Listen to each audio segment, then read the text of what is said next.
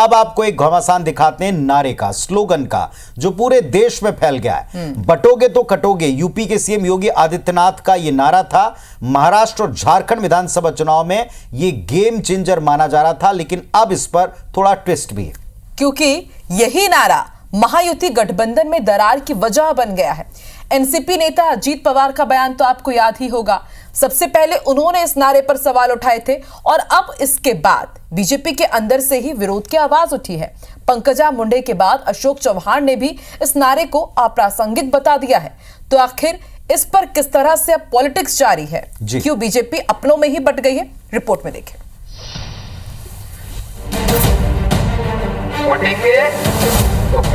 हमने बताया कि मतलब नहीं समझ पाए, बटेंगे तो कटेंगे, बटेंगे कटेंगे। तुरंत हमने बताया कि ये कि उत्तर प्रदेश नहीं है, नॉर्थ में ये चलता होगा।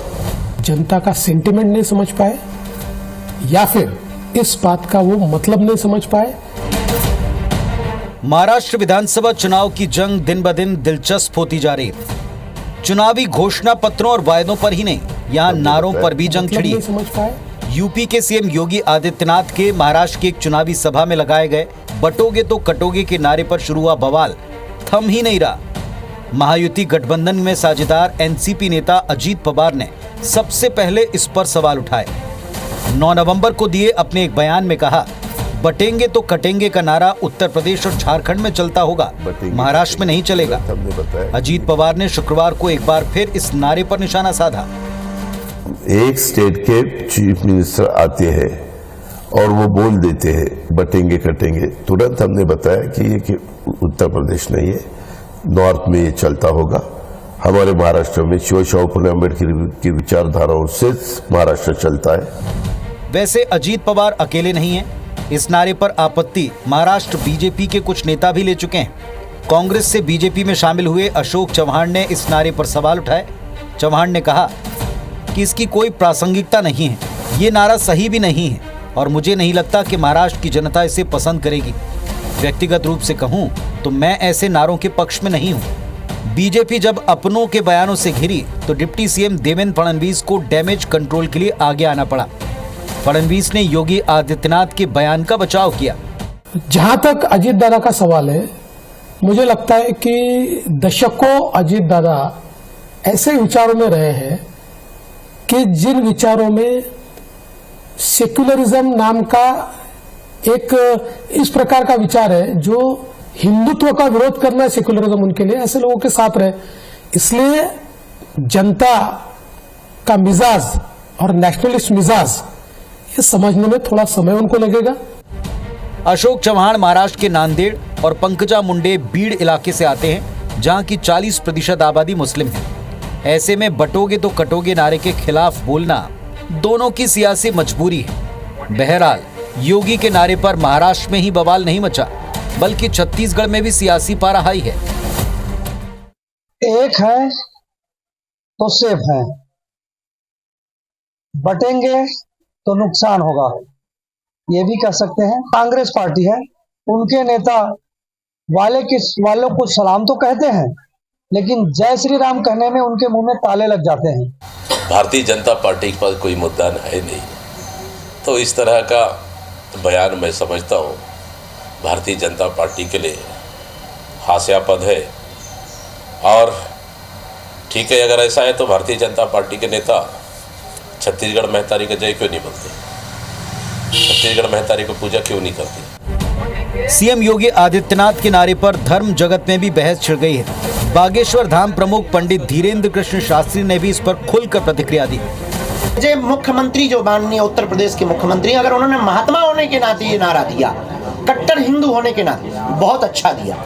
लोगों ने अपने अपनी दृष्टि से देखा, हमने इसको ऐसे देखा कि अगर हम भारतीय आपस में बटेंगे तो चीन वाले हम लोगों को काटेंगे, पाकिस्तान वाले हम लोगों को काटेंगे, हम लोगों को विदेशी ताकतें काटेंगे। और सही भी है, इसीलिए भारत के प्रधानमंत्री ने कहा एक रहेंगे सेफ रहेंगे। बीजेपी के लिए महाराष्ट्र विधानसभा चुनाव में जीत सुनिश्चित करने के लिए जरूरी है कि हिंदू वोटों को बंटने से रोका जाए, लेकिन सियासी मजबूरी के चलते कभी अजीत पवार तो कभी बीजेपी के अपने ही नेता इसकी मुखालफत करते नजर आए। महाविकास अघाड़ी तो शुरू से ही बीजेपी को इस नारे पर घेर रही है, लेकिन जब अपने ही इस पर सवाल खड़े करेंगे तो बात महायुति की सियासी संभावनाओं पर असर डालने वाली लगती है। इस नारे का कितना और कैसा असर पड़ा, ये तो 23 नवंबर को आने वाले नतीजों से ही स्पष्ट होगा। Bureau report, IBC 24। इधर महाराष्ट्र में सीएम योगी के इसी नारे पर जो बवाल शुरू हुआ वो बिहार तक असर दिखा रहा है। कैसे, ये भी हम आपको बताते हैं। बिहार में आरजेडी ने इसकी काट ढूंढ ली है।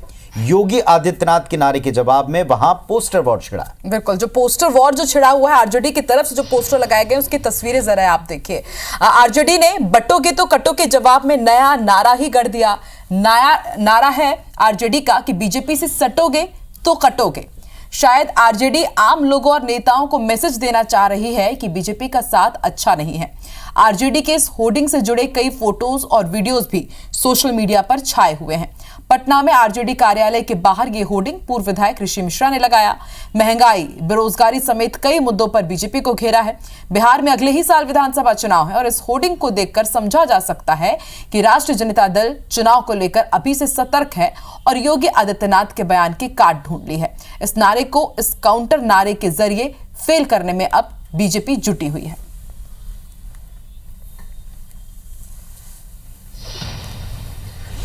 तो बिहार में अगर बीजेपी से सटोगे तो कटोगे पर सियासत गरमाई, तो वहीं ये बात सीमित नहीं रहेगी, बल्कि ये बात आ गई है छत्तीसगढ़ तक।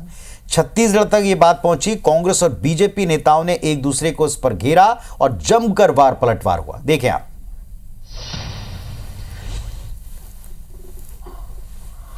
दंगा, सांप्रदायिक दंगा फैलाने का काम, हिंदू मुस्लिमों को बांटने का काम, एक दूसरों को लड़ाने का काम जो भारतीय जनता पार्टी अब करती है, इससे स्पष्ट है कि जो उन्होंने कहा है वो सही कहा है और मैं आरजेडी का जो कथन का मैं समर्थन करता हूं।